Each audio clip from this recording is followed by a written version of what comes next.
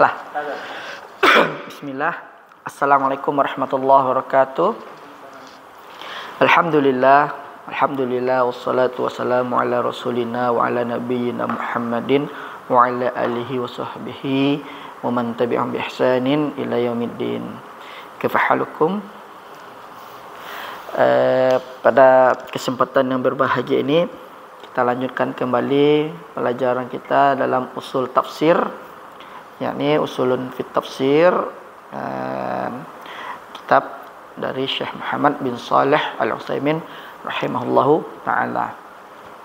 Sekarang kita masuk kepada yakni waqad hamallahu taala hadzal Qur'anal azim min at-taghyir waz ziyadah wan naqis wa tabdil. Tafaddal Taufik.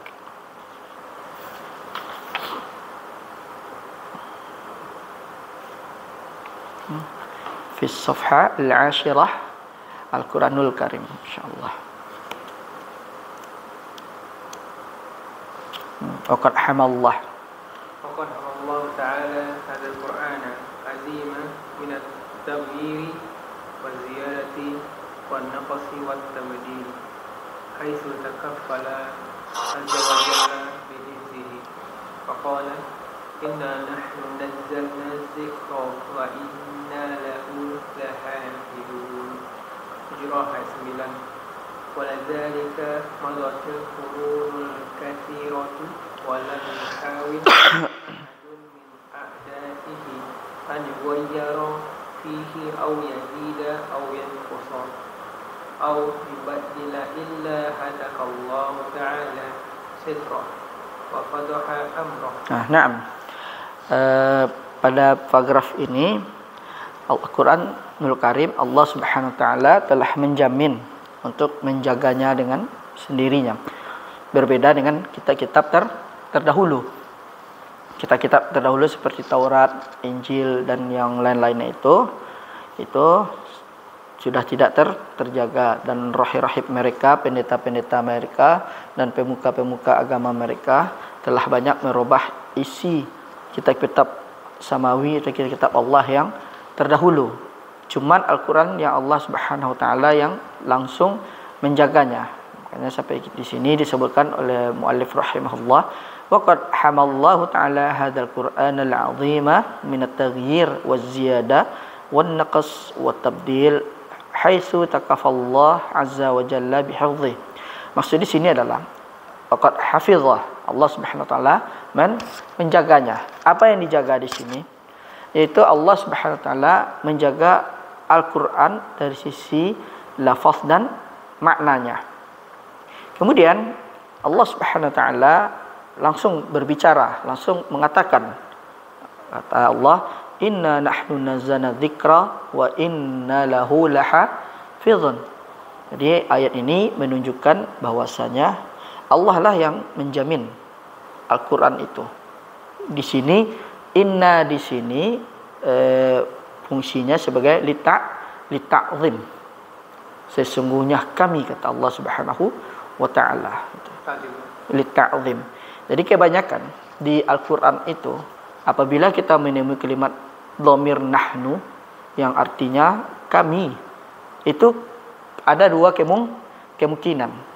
Yang pertama adalah kemungkinan pertama adalah yang paling kuatnya biasanya itu dhamir nahnu itu kepada Allah Subhanahu wa taala. Tapi tujuannya fungsinya lita'zim. Kemudian ada lagi dhamir nahnu yang artinya kami itu bisa di dalamnya berserikat, yaitu ada di dalamnya maknanya itu termasuk ada Allah, kemudian para malaikat. Jadi di situ kita melihatnya bagaimana cara kita membedakannya antara ini dhamir nahnu menunjukkan kepada Allah Subhanahu wa taala. Ini dhamir nahnu menunjukkan kepada Allah dan malaikat. Itu kembali kepada tafsirnya para ulama itu. Ghaliban biasanya di Al-Qur'an itu nahnu itu disandarkan, dimaksudkan itu adalah kepada Allah Subhanahu wa taala. Seakan-akan nahnu itu kan kita kan kami, jamak ya kan. Tapi maknanya itu adalah kepada Allah Subhanahu wa taala. Tapi di beberapa ayat Ada yang disebutkan Allah dan para malaikatnya itu. Kemudian untuk Allah sendiri, dhamir nahnu itu fungsinya bermakna litakzim itu. Kemudian kita masuk kepada taghyir wa tablid wa ziyadah wa naqs fil Qur'anil Karim ini. Ada beberapa perubahan. Yang maksud dari taghyir itu adalah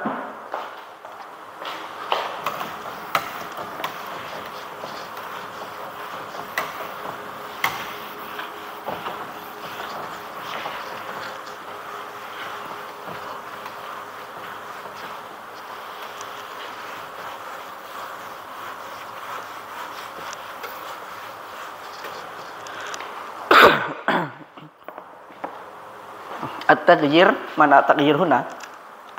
Di dalam nas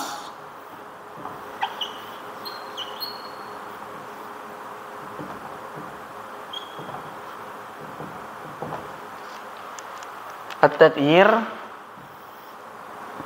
bisa perubahannya pertama dari silaf taghyir al-lafzi.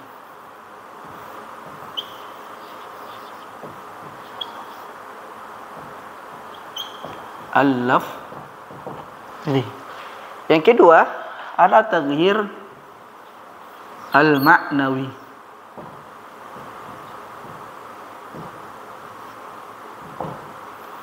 Ada taghyir di sini namanya at-tarkibi.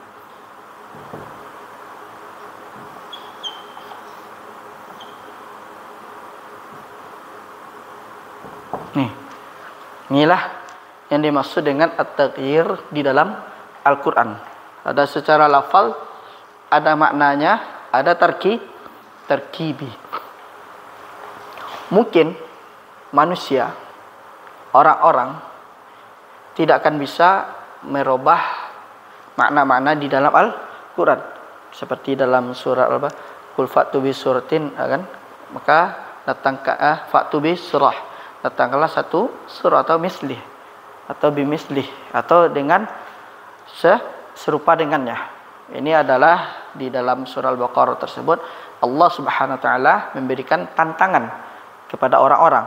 Coba kalian datangkan yang serupa atau satu surat atau satu ayat yang serupa dengan Al-Qur'an tersebut.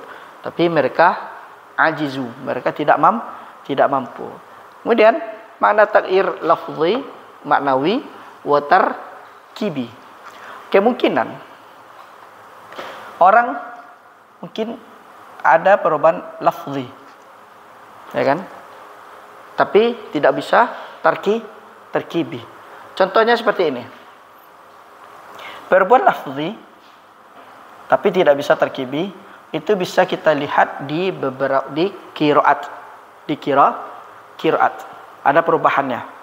Tapi yang kita maksud di sini bukan perubahan yang dilakukan oleh orang-orang, tapi perubahan dalam qiraat. Nanti maknanya kepada tantangan tadi. Coba berubah. Nah, sekarang kita masuk terlebih dahulu perubahan yaitu lafzi dan tarkibi ini. Perubahan lafzi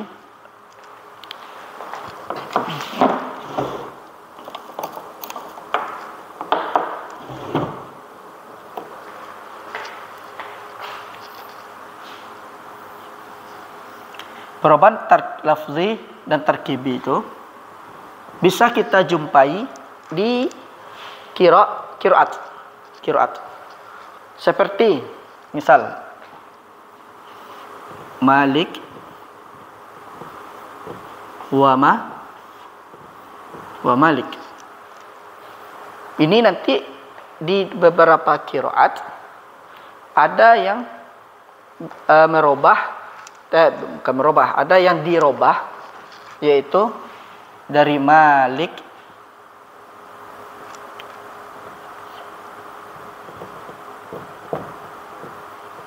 Malikun wa Malikun misal. Mungkin di qiraat ada yang dirubah, yaitu lafzinya. Kemudian lafaz itu yang dirubah antara lafzi dan tarkibi ini adalah dirubah adalah lafzi. Tarkibi ini tidak akan mungkin dirubah.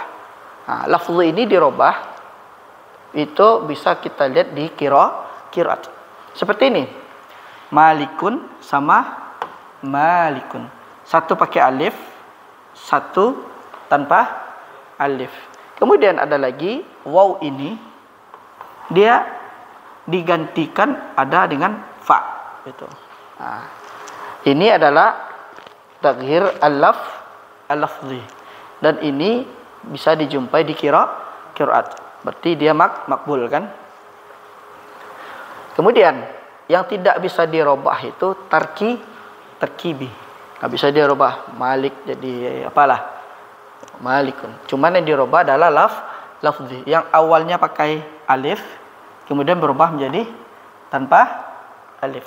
Kemudian kan bisa kita lihat dalam surat Al-Fatihah Maliki Yaumiddin sama surat An-Nas. Apa perbedaannya? Dalam surah Al-Fatihah Maliki Yaumiddin yaitu bil alif ya. Amma di An-Nas Qul a'udzu birabbin nas malikin nas tanpa.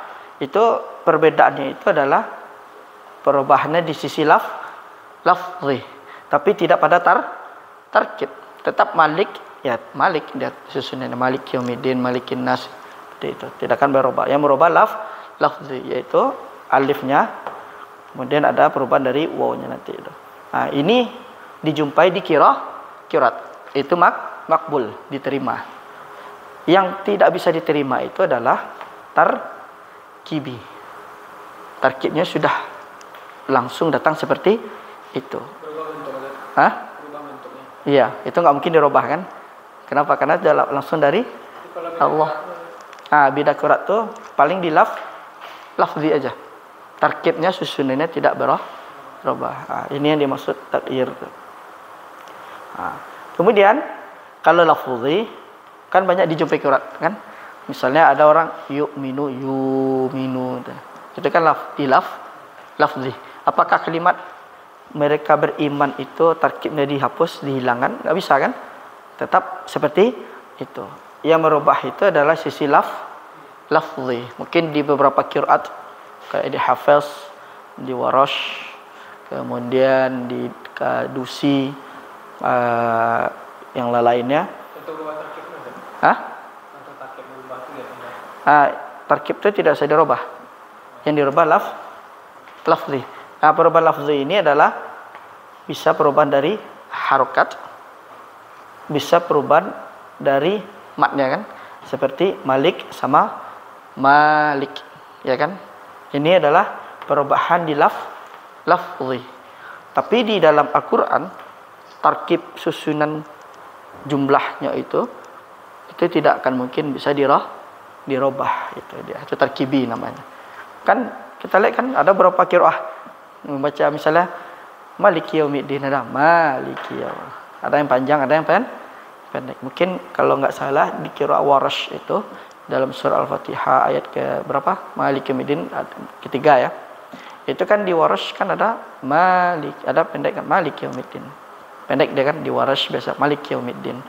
Nah, kalau yang kita biasa hafaz panjang kan Maliki Yaumiddin. Nah, itu adalah perubahan di lafzi. Perubahan lafzi ini dijumpai di qiraat, di qiraah.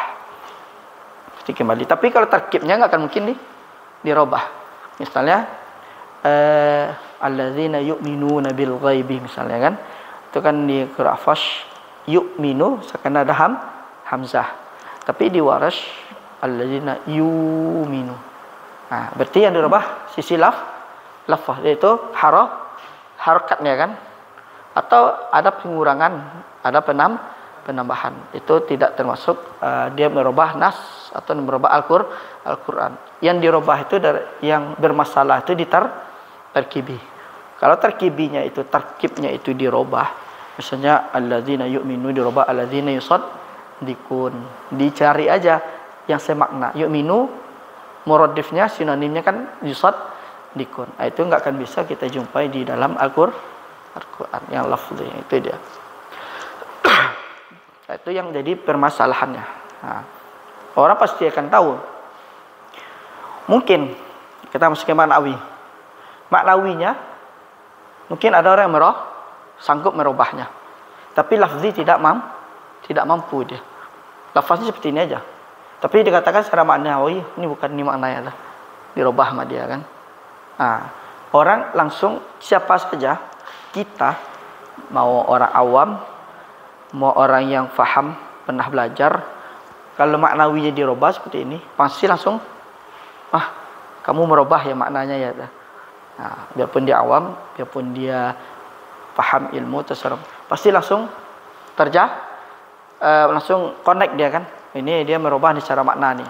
Makanya sebagian Allah katakan inna nahnu nazzalna dzikra wa inna lahu lahafizun. Ini maksudnya itu. Jadi Allah sendirilah yang menjaga Al-Qur'an itu, ya kan? Kemudian ada di sini disebutkan Al-Qur'anu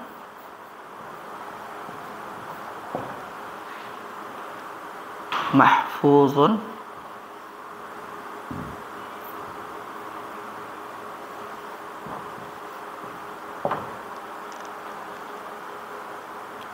fis sudur. Kemudian Al-Qur'anu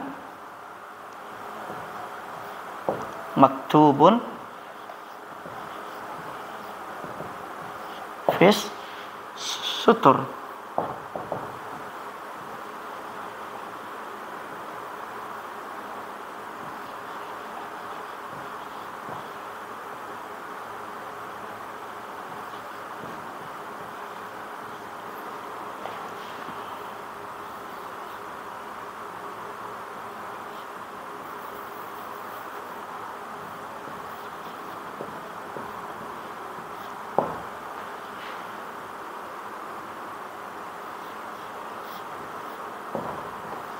Munazzalun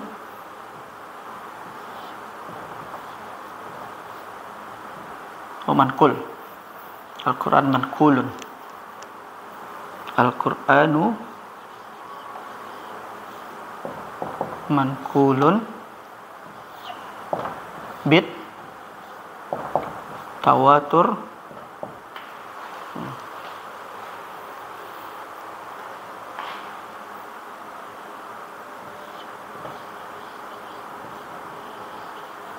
al-qat'i al-yaqini. Ini maksudnya adalah Al-Quran itu dia itu terjaga di dalam hati. Kemudian Al-Quran itu tertulis fis sutur.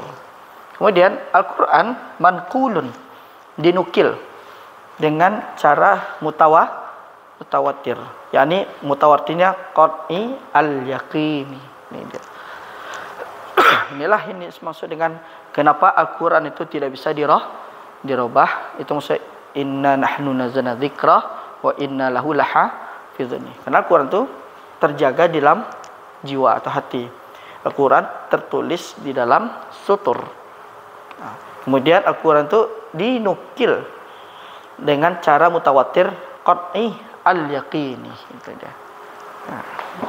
Hadal maksud. Kemudian di sini sebutkan lagi. Walidzalika madat al-qurun al-katsirah. Telah berlalu abad-abad, berapa banyak abad. Walam yuhawil ahadun. Maka tidaklah seorang pun yang mampu dari min a'daihi, yaitu musuh-musuh Islam, an yughayyira fihi, merubahnya atau menambahnya atau menguranginya atau menggantinya, kecuali hatakallah. Man hataka, yakni Allah singkap sitrahu, Allah singkap tabirnya. Kecuali Allah singkap tabir. Hataka bisa dijadikan kasyafa, muradifnya kasyafa. Kecuali Allah singkap, Allah Ta'ala singkap tabirnya. Wa fadaha amrah, dan Allah tampakkan, Allah jelaskan perkaranya. Ini jelas kalau kita lihat dari sejak Rasul, kemudian Rasul wafat sampai sekarang, Al-Quran sebagaimana semestinya itu, sebagaimana apa adanya, berbeda dengan kitab-kitab samawi terlebih sebelumnya. Injil sudah dirubah, Taurat sudah dirubah. Ini adalah bukti bahwasanya kalau Al-Quran adalah kalamullah, dengan mengatakan inna nahnu nazzalna dzikra wa inna lahu lahafizun. Hakadha. Ini dia maknanya. Sekarang tafadhal tafriq waqad wasafallahu ta'ala وقد وصف الله تعالى بأوصاف كثيرة تدل على عظمته وبركته وتأثيره وشموله وأنه حاكم على ما قبله من الكتب. قال الله تعالى بسم الله الرحمن الرحيم ولقد آتيناك سبعا من المثاني والقرآن العظيم والقرآن المجيد. وقال تعالى كتاب أنزلنا إليك ليدبروا آياته وليتذكر أولو الألباب. وهذا كتاب أنزلناه مبارك فاتبعوه واتقوا لعلكم ترحمون. إنه لقرآن كريم. إن هذا القرآن يهدي للتي هي أقوم. وقال تعالى لو أنزلنا هذا القرآن على جبل لرأيته خاشعا متصدعا من خشية الله. وتلك الأمثال نضربها للناس لعلهم يتفكرون. وإذا ما أنزلت سورة فمنهم من يقول أيكم زادته هذه إيمانا فأما الذين آمنوا فزادتهم إيمانا وهم يستبشرون. وأما الذين في قلوبهم مرض فزادتهم رجزا إلى رجسهم وماتوا وهم كافرون. وأوحي إلي هذا القرآن لأنذركم به ومن بلغ فلا تطع الكافرين وجاهدهم به جهادا كبيرا. وقال تعالى ونزلنا عليك الكتاب تبيانا لكل شيء وهدى ورحمة وبشرى للمسلمين. وقال تعالى وأنزلنا إليك الكتاب بالحق مصدقا لما بين يديه من الكتاب ومهيمنا عليه فاحكم بينهم بما أنزل الله. Paragraf yang berikutnya di sini sebutkan waqad wasafallahu ta'ala bi awsafin katsiratin tadullu ala 'azamatihi wa barakatihi wa ta'thirihi wa syumulihi wa annahu hakimun 'ala ma qablah minal kutub. Yakni huna Allah Subhanahu wa taala mensifati Al-Qur'an tersebut. Kemudian sifat-sifat dari Al-Qur'an itu banyak. Jadi di situ di dalam usul tafsir ini atau di ulumul Quran itu ada Al-Quran itu ismun wa wasfun. Al-Quran itu mempunyai nama misalnya kan Asmaul Quran. Ada Al-Quran itu sifah, mempunyai sifat. Jadi ada sedikit perbedaan ismul Quran wa wasful sifatul Quran. Mungkin kalau ismul Quran Al-Quran mungkin dinamakan nama lainnya Alkitab, ya kan? Kemudian ada Al-Quran itu dinamakan Al-Furqan sebagai pembeda. Ada nama lain Al-Quran itu dinamakan Al-Burhan atau dinamakan Al-Huda. Itu adalah ismun. Kemudian di sini Allah mensifati Al-Quran tersebut. Apa sifat Al-Quran itu? Sifat Al-Quran itu menunjukkan kepada keagungannya, azamah. Wa barakah. Di dalam Al-Quran itu adalah keberkahan. Kemudian wa ta'thir, yaitu memberikan efek, memberikan dampak atau memberikan pengaruh bagi yang membaca Al-Quran tersebut. Wa syumul, dan Al-Quran tersebut di dalamnya meliputi segala-galanya, segala perkara-perkara ada di dalam Al-Quran. Kemudian wa annahu hakimun ala ma qablah minal kutub. Hakim, yaitu di sini diartikan pemimpin. Jadi Al-Quran itu sebagai pemimpin di atas kitab-kitab sebelumnya atau di atas kitab-kitab terdahulu. Adapun yang tadi kita baca tadi, yang kita dengar tadi, itu semuanya dalil yang menunjukkan sifat-sifat Al-Qur'an. Contohnya seperti ini kan, walaqad atainaka sab'an minal mathani wal qur'anal azim. Sab'an minal mathani maksudnya sini adalah Al-Fatihah gitu. Kemudian kenapa dinamakan Sab'al Mathani Al-Fatihah itu? Karena terdiri dari 7 ayat. Terdiri dari 7 ayat. Kemudian di dalam Sab'al Mathani, di dalam Al-Fatihah itu, di dalamnya terdapat Al-Fatihah atau dinamakan Sab'u Al-Mathani. As-sab'u al-mathani, atau nama lain Al-Fatihah Ummul Kitab.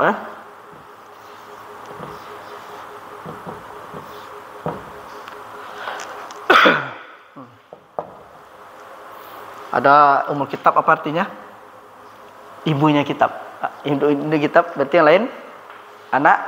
Itu salah dalam memahami atau menerjemahkan mana Ummul Kitab yang maksudnya kepada Al-Fatihah. Kadang ada kan sebagian orang yang beranggapan Al-Fatihah itu adalah Ummul Kitab. Katanya adalah induknya kitab. Itu terjemahan yang gimana tuh? Agak kurang pas, kurang tepat lah. Bahkan jauh dari yang diinginkan. Ummul Kitab ini adalah kenapa dinamakan Al-Quran Ummul Kitab, Al-Fatihah dinamakan Ummul Kitab, karena di dalam Al-Fatihah itu mencakup semua permasalahan-permasalahan, seperti di dalamnya ada permasalahan akidah, peribadahan, kemudian doa, kemudian permasalahan tentang pembagian manusia.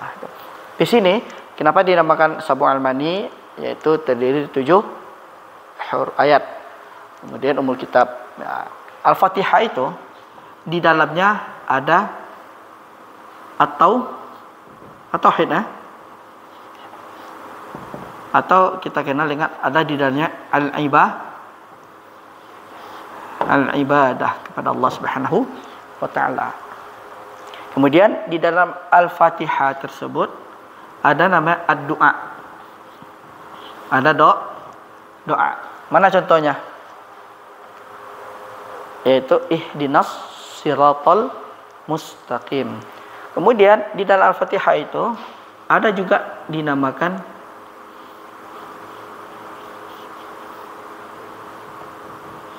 mul annas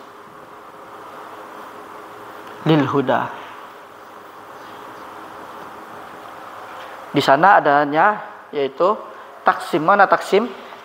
Yaitu pembagian orang-orang yang memiliki hidayah. Contohnya apa? Ihdinas siratal mustaqim, berarti kan doa. Siratal ladzina an'amta 'alaihim ghairil maghdubi 'alaihim waladdallin. Berarti di situ adalah taksimun naslil huda. Ada orang yang mendapatkan petunjuk, ada yang tidak mendapatkan petunjuk. Gitu. Kemudian di situ ada juga orang yang mendapatkan petunjuk, berarti orang yang selamat. Ya, ihdinas siratal mustaqim, dia minta petunjuk untuk jalan yang lurus. Kemudian ada lagi ghairil maghdubi alaihim. Bukanlah orang-orang yang ghairil maghdub yang terlaknat kan, alaihim itu Yahud. Di sini adalah taksimun naslil huda. Jadi mereka itu adalah termasuk manusia yang tidak mendapatkan hidayah, waladdallin, dan bukan pula orang sesat, itu nasara. Berarti dia masuk taksimun naslil huda. Ada yang mendapatkan hidayah, ada yang tidak mendapatkan hidayah. Inilah mana Al-Fatihah di dalamnya terkandung. Kemudian di sini juga disebutkan juga wal Qur'anul Majid.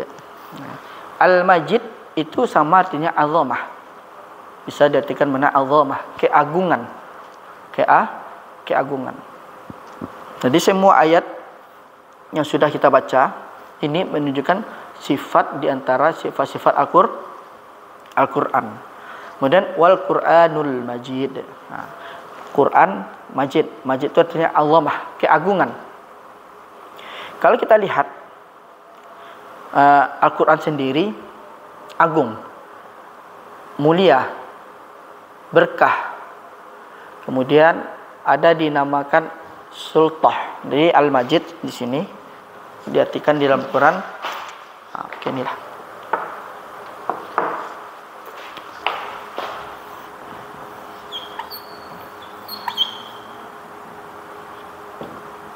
Al-Majid wal Quranul Majid fi lauhi mahfuz, kan di dalam surat bukan ada qaf di sini. Al-Majid di sini maknanya bisa diartikan al-azamah, bisa diartikan as-sultah. Nih makna al-Majid. Kenapa Allah Subhanahu wa taala mensifati Al-Quran itu wal Quranul Majid, wal Quranil Majid, dan demi Al-Quran yang mulia, yang agung. Kenapa? Kalau kita faham maknanya, Al-Quran itu adalah Al-Majid, yang mana Majid itu maknanya Al-Azamah dan Sultah. Berarti Al-Quran ini membicarakan kepada kita, mengkhabarkan kepada kita, memberitahukan kepada kita bahwasanya kalau umat ini ingin mulia, ingin berkuasa, maka maksudnya adalah bacalah dan berpegang teguhlah dengan Al-Quran. Kenapa sampai Allah menggunakan Al-Quranul Majid wal Quranil Majid tadi. Nah, jadi kalau kita lihat sejarah kita, kenapa banyaknya terjadi futuhat? Mana futuhat? Dibukanya negeri-negeri. Kemudian kaum muslimin masuk di sana, menyebarkan agama Allah di dalamnya. Kenapa bisa sampai seperti itu? Bisa sampai kaum muslimin jadi al-azamah, agung, mulia. Kenapa bisa sultah, menguasai? Jawabannya cuma satu, karena berpegang teguh dengan Al-Quran. Nah, kemudian ditanya, kenapa kita harus berpegang teguh dengan Al-Quran?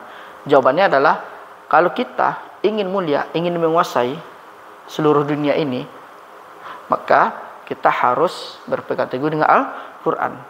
Jawabannya adalah Allah sendiri yang berbicara wal Quranil Majid, atau di dalam surah lain wal Quranul Majid, ya kan? Nah, inilah makna Al-Majid tersebut di dalam ini.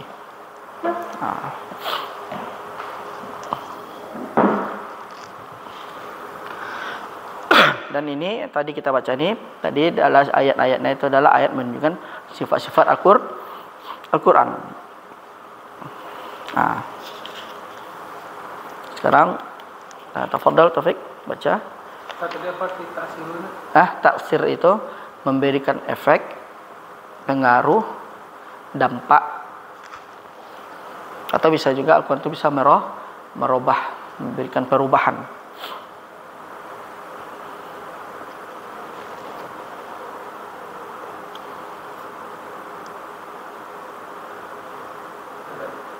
Tafadhal Taufik baca paragraf berikutnya. Wa qul Arnul Karim masdarus syariati al-islamiyah. Masdarus syariati al-islamiyah allati bu'itha biha Muhammadun sallallahu alaihi wasallam ila an-nasi kaffah. Qala Allah ta'ala تبارك الذي نزل الفرقان على عبده ليكون للعالمين نذيرا. الفرقان كتاب أنزلناه إليك لتخرج الناس من الظلمات إلى النور بإذن ربهم إلى صراط العزيز الحميد. الله الذي لله الذي له ما في السماوات وما في الأرض وويل للكافرين من عذاب شديد.